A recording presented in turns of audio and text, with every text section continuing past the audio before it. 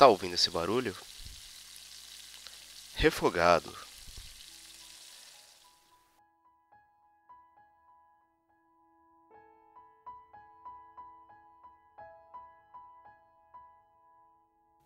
Olá a todos e todas, olá a todos, eu sou a Natália Trivelloni e esse é mais um Comida de Resistência. Hoje a gente vai falar sobre pão e a gente vai falar de pão e corpo, ou de uma metáfora do pão sendo corpo.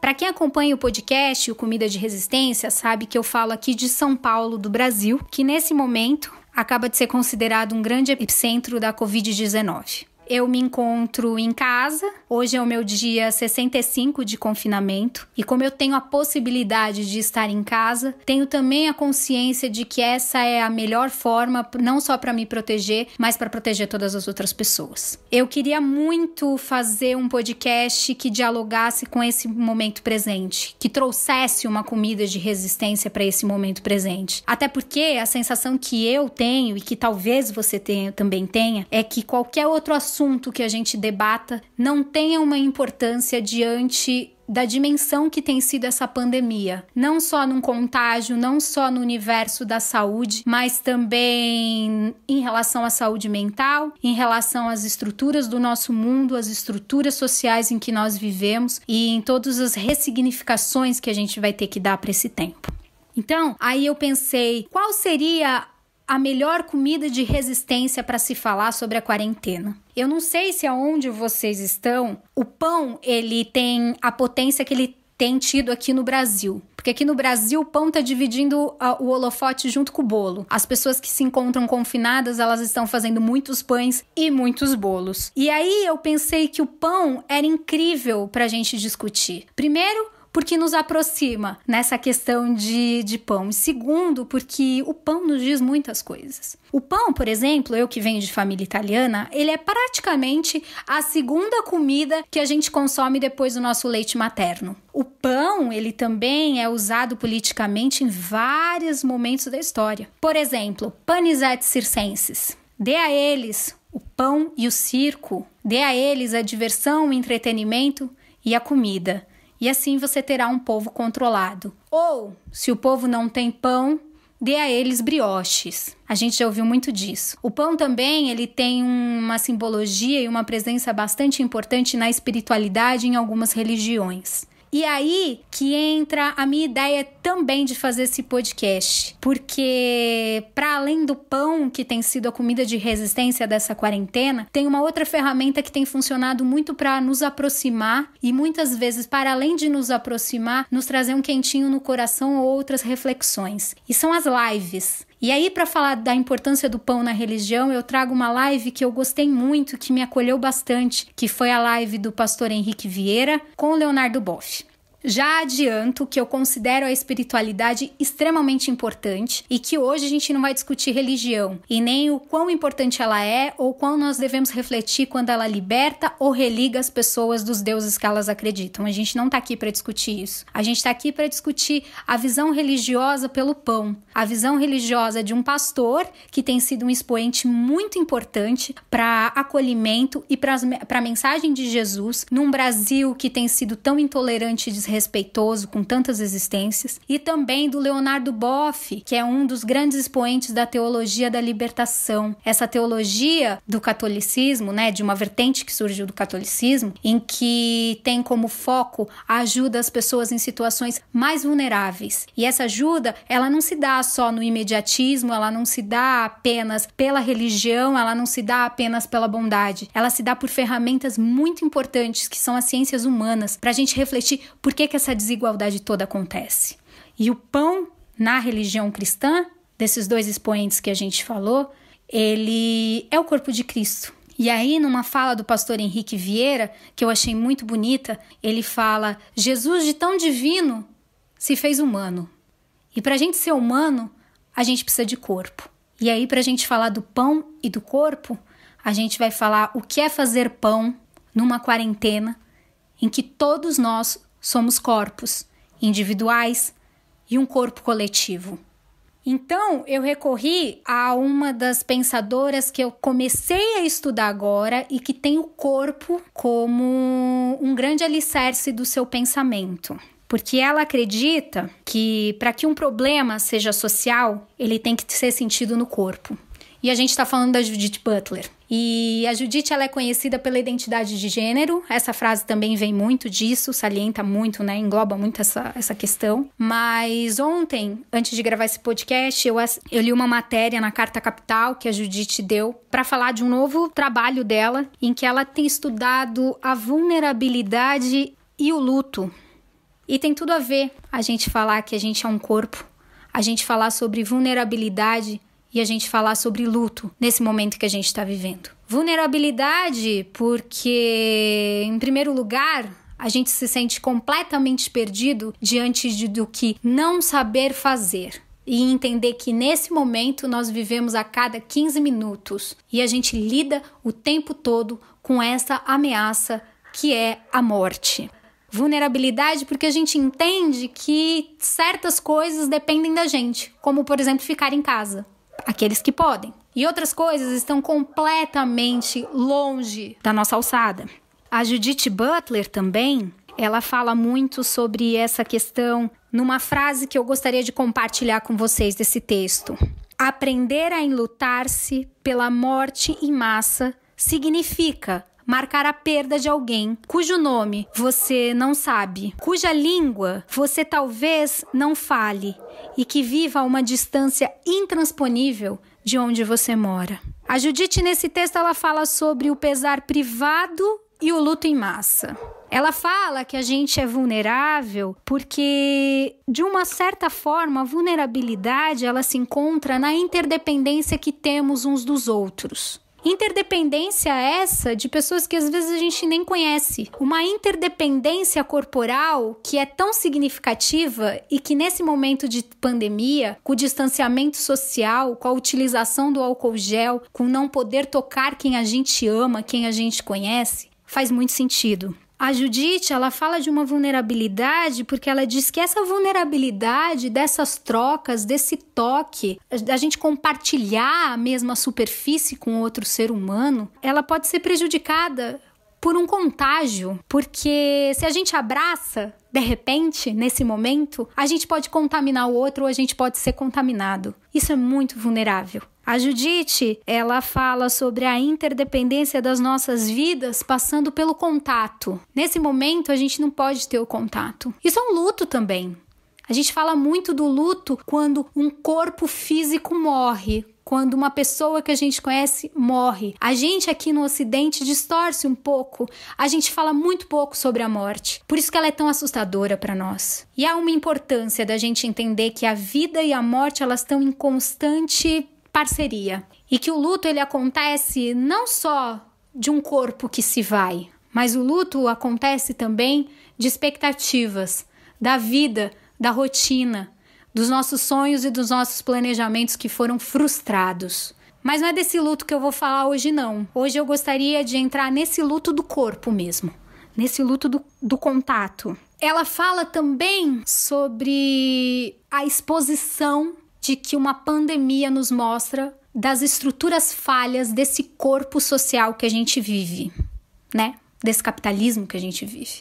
Fique em casa quem pode. Seria um privilégio de todos, seria um direito de todo mundo estar em casa, mas fique em casa quem pode. Tem gente saindo à rua e se colocando para contágio porque precisa trabalhar, porque precisa sobreviver. Ela fala sobre a questão da vulnerabilidade, da gente entender, por exemplo, que as pessoas que estão nas periferias, elas estão mais suscetíveis a esse contágio. Por mais que esse contágio, na visão da Judith, ele traga essa vulnerabilidade, porque qualquer pessoa pode se contaminar. Mas a gente sabe, por exemplo, trazendo para a minha realidade do Brasil, trazendo para a minha realidade de São Paulo, que se você está numa casa, se você tem a possibilidade de não sair, a sua possibilidade de ser contaminado, ela é muito menor do que aquela pessoa que tem que sair, do que aquela pessoa que divide um cômodo com outras 10 pessoas, do que aquela outra pessoa que nem mesmo tem uma água encanada, que tirar um álcool gel, daquela outra pessoa que pode não ter um leito que você possa ter. Essa vulnerabilidade de corpos. Hoje é quinta-feira. Na última terça-feira, 2 dias atrás, João Pedro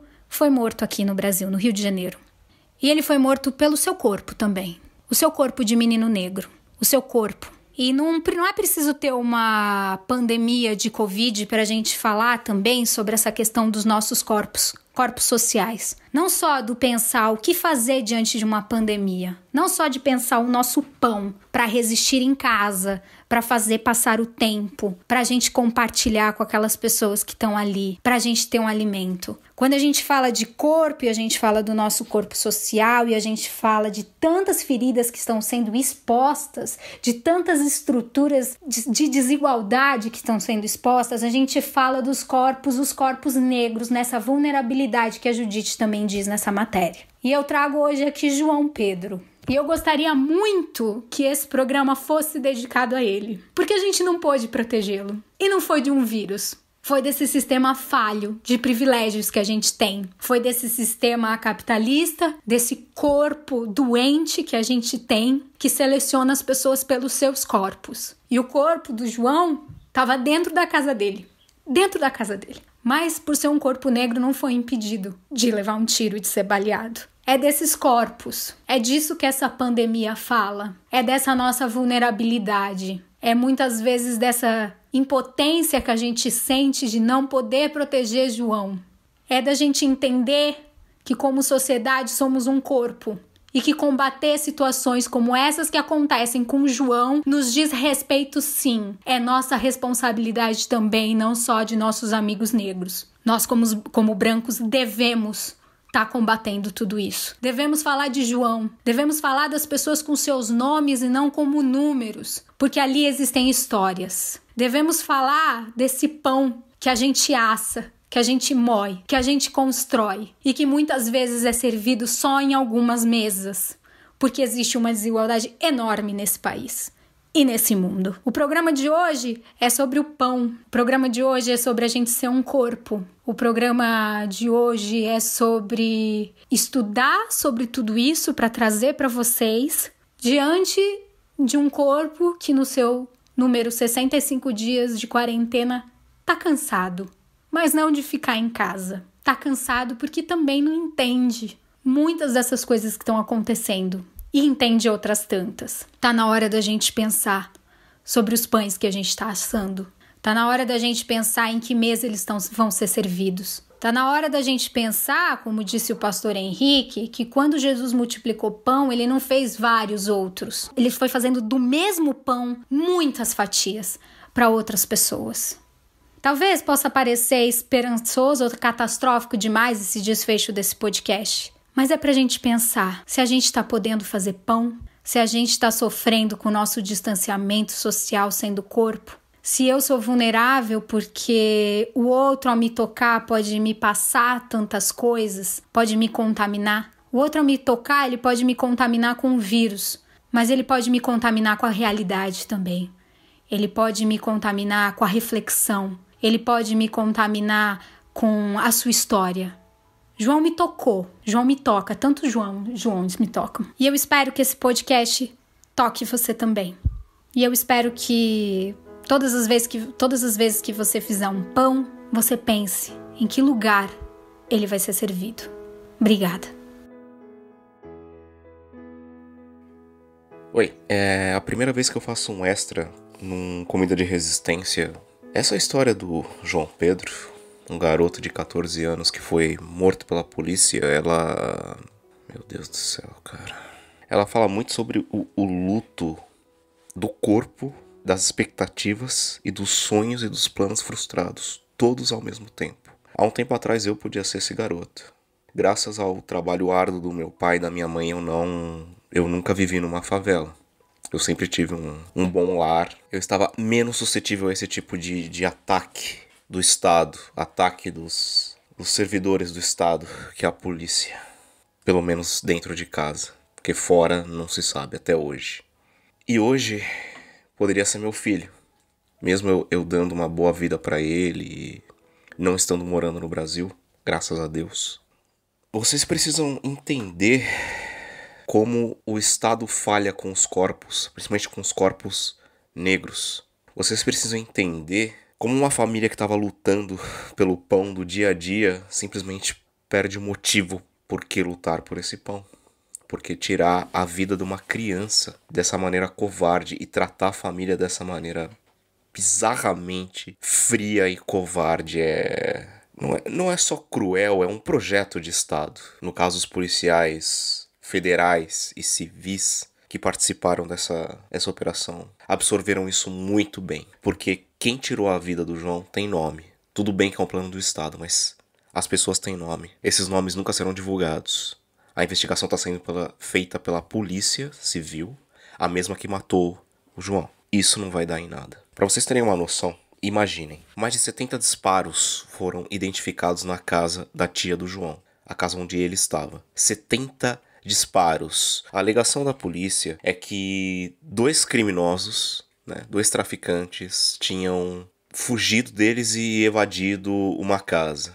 E, segundo eles, essa é a casa que o João estava, que é a casa de sua tia. E foram dados 70 tiros. Para que a polícia convença que a atitude deles foi necessária, eles dizem que esses criminosos jogaram pedras e granadas na polícia e revidaram com tiros. Assim, eles responderam com mais de 70 tiros, onde haviam adolescentes e crianças. 70 tiros.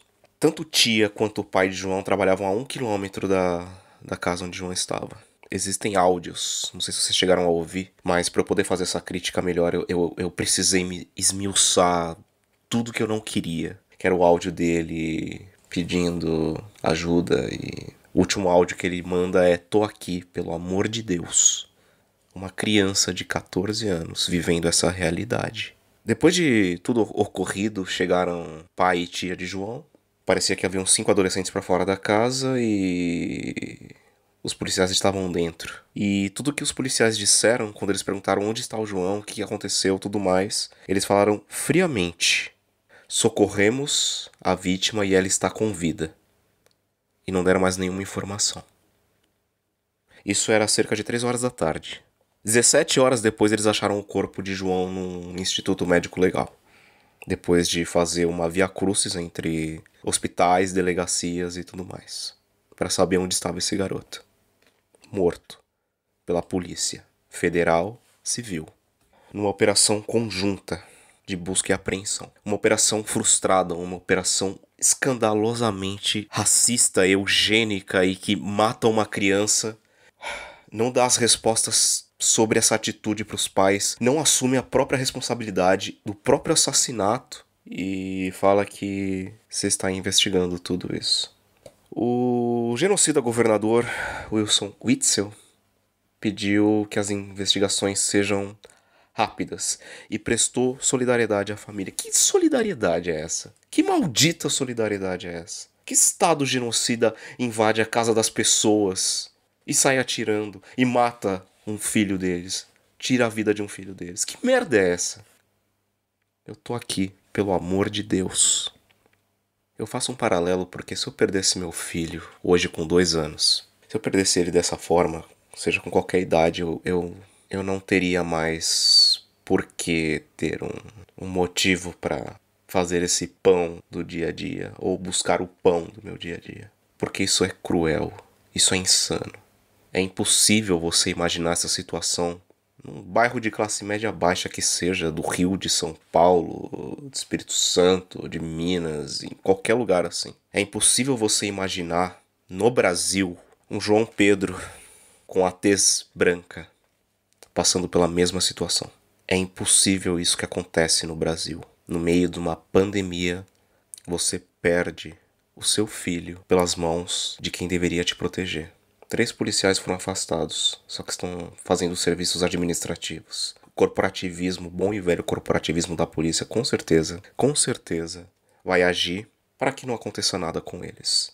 E, de igual maneira, eles não tiveram nenhum tipo de empatia pelo pai que havia perdido o filho e pelo filho que era só mais um corpo. O helicóptero onde levou o corpo do João a uma distância de 40 km de sua casa, para ser atestada a sua morte, assim que chegou na outra delegacia, e depois ser mandado de volta para o Instituto Médico Legal. Dizem que essa demora toda e essa não identificação foi feita porque o jovem estava sem seu documento de identidade. Mas pra quê? Pra que ele ia precisar de identidade? Ele era só mais um pretinho que a polícia matou e ninguém mais se importa. No meio de uma pandemia. E pra que conste, o João ele tinha problemas respiratórios, bronquite. E os seus pais falavam pra ele ficar seguro dentro de casa, pra que não pegasse nenhum tipo de doença. Só que João é negro e João mora na favela. João não está seguro dentro de casa. É isso. Uma vida de 14 anos de dedicação, 14 anos de amor, de carinho que se esvai com a facilidade de um projétil. De um não, né? De 70. Só que um pegou. Um pegou. Até semana que vem.